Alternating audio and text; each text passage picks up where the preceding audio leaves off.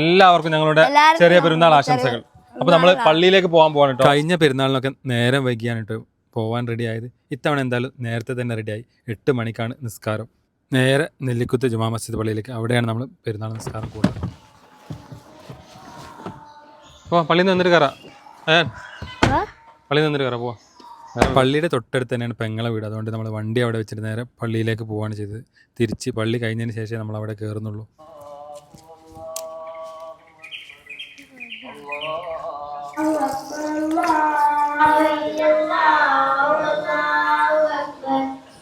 പിന്നെ നിസ്കാരത്തിനേക്കുള്ള തയ്യാറെടുപ്പിലായി.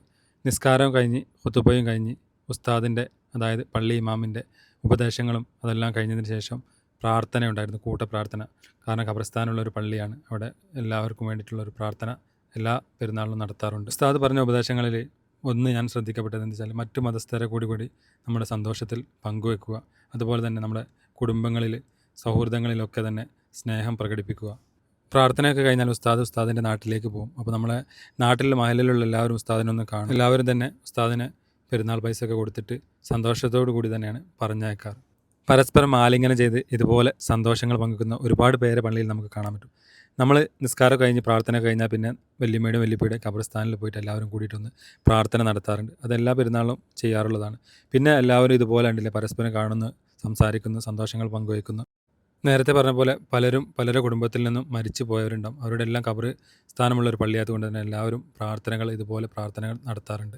പള്ളിയുടെ ചുറ്റുവട്ടും മരണപ്പെട്ട് കിടക്കുന്നു ഇവിടെ നിന്ന് മറ്റു മഹലയിൽ പോയവർ പോലും ഖബർസ്ഥാനിലേക്ക് എത്തുന്ന ഒരു ദിവസമാണ് പെരുന്നാൾ, അതുപോലെ തന്നെ വെള്ളിയാഴ്ചകളിലെല്ലാം.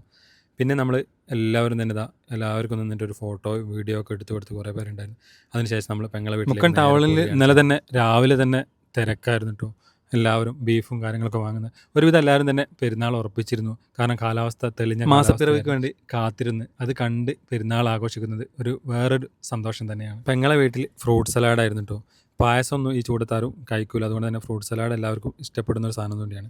പിന്നെ കുട്ടികളെല്ലാവരും എത്തും, അവർക്കെല്ലാവർക്കും പെരുന്നാൾ പൈസ ഒക്കെ കിട്ടണം. പെരുന്നാൾ പൈസ കൊടുക്കും, അവർ സന്തോഷം തന്നെയാണ് കേട്ടോ. ഈ പെരുന്നാൾ പൈസ കിട്ടുമ്പോൾ നമുക്കൊരു 10-20 രൂപ കൊടുക്കണം, അല്ലെങ്കിൽ 50 രൂപ കൊടുക്കുന്നത് ഒരു സംഭവമായിട്ടൊന്നുമില്ല. പക്ഷേ അത് വളരെയധികം സന്തോഷം തോന്നുന്നത് ആ ചെറുപ്പം ഓർക്കുമ്പോൾ നിങ്ങൾക്കെല്ലാവർക്കും ഓർമ്മ വരും.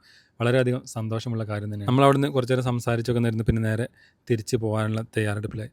തിരിച്ച് നമ്മൾ നേരെ പോകുന്നത് പിന്നെ സാധാരണ രീതിയിൽ എളാപ്പയുടെ വീടുണ്ട്, അവിടെ എളാപ്പയുടെ വീട്ടിലേക്ക് കയറിയിട്ട് അവിടെ കൂടി കയറിയിട്ടാണ് പിന്നെ പെങ്ങളെ വീട്ടിൽ നിന്നാണെങ്കിൽ സംസാരിച്ചുകൊണ്ടിരുന്ന് സമയം പോയതറിഞ്ഞില്ല. കുറച്ച് വൈകിപ്പോയി അവിടെ നിന്ന് ഇറങ്ങാൻ. അതിനിടയിൽ കോളും വന്നിരുന്നു. ഞങ്ങൾ ഓൾറെഡി ഭക്ഷണം ബുക്ക് ചെയ്യുകയാണ് ചെയ്തത്. മുക്കമന്തി ഹൗസിൽ നിന്ന് മന്തിയാണ് ഓർഡർ ചെയ്തത്. എനിക്ക് ബിരിയാണി ആയിരുന്നു താല്പര്യം, പക്ഷേ ബിരിയാണി കിട്ടാൻ വൈകും എന്ന് പറഞ്ഞപ്പം മന്തി തന്നെ ഓർഡർ ചെയ്യുകയായിരുന്നു. എളാപ്പയുടെ വീട്ടിൽ ഐസ്ക്രീമും പായസം 2 സെലക്ഷൻ ഉണ്ടായിരുന്നു. അവിടുന്ന് നമ്മൾ ഐസ്ക്രീം സെലക്ട് ചെയ്ത് കഴിച്ചു. അവിടുന്ന് കുറച്ച് നേരം സംസാരിച്ചിരിക്കുന്നു. പിന്നെ നേരെ മന്തി ഹൗസിലേക്ക് പിടിച്ചു. ഇവിടുന്ന് മന്തി ഹൗസിൽ നിന്ന് മന്തി വാങ്ങിയിട്ട് വേണം നമ്മൾ വീട്ടിലേക്ക് പോകാൻ. മന്തി ഹൗസ് വരുന്നത് മുക്കം വൈബ്രിഡ്ജിൻ്റെ തൊട്ടടുത്ത് തന്നെ ഉണ്ടോ. അതിന് നേരെ ഓപ്പോസിറ്റാണ് നമ്മുടെ മൊബി പ്ലസ് ഷോപ്പ് വരുന്നത്.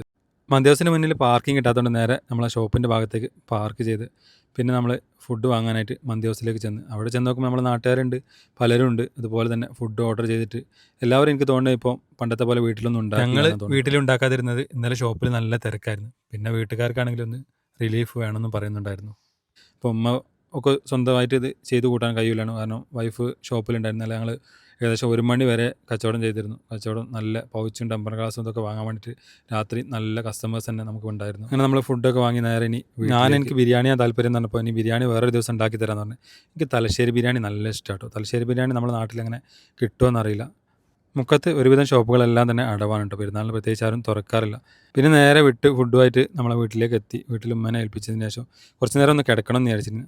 കുറച്ചൊന്ന് കിടന്നപ്പോൾ തന്നെ നമ്മളെ കുഞ്ചൂസ് വന്നിട്ട് പറഞ്ഞ് നമ്മളെ കുടുംബക്കാർ വന്നിരുന്നു കേട്ടോ. അപ്പോൾ കുടുംബക്കാരൊക്കെ വരുന്നത് ഒരു സന്തോഷമല്ലേ, പിന്നെ ഇനി കിടക്കണ്ടെന്ന് കരുതി. പിന്നെ അവരോട് സംസാരിച്ചിരുന്ന് ഫോട്ടോ ഒക്കെ എടുത്ത് അവർ വേറെ സ്വീകരണ കേന്ദ്രങ്ങളിലേക്ക് പോയി. നമുക്കിനി ഇതുപോലെ ഓരോരുത്തർ വരുമായിരിക്കും.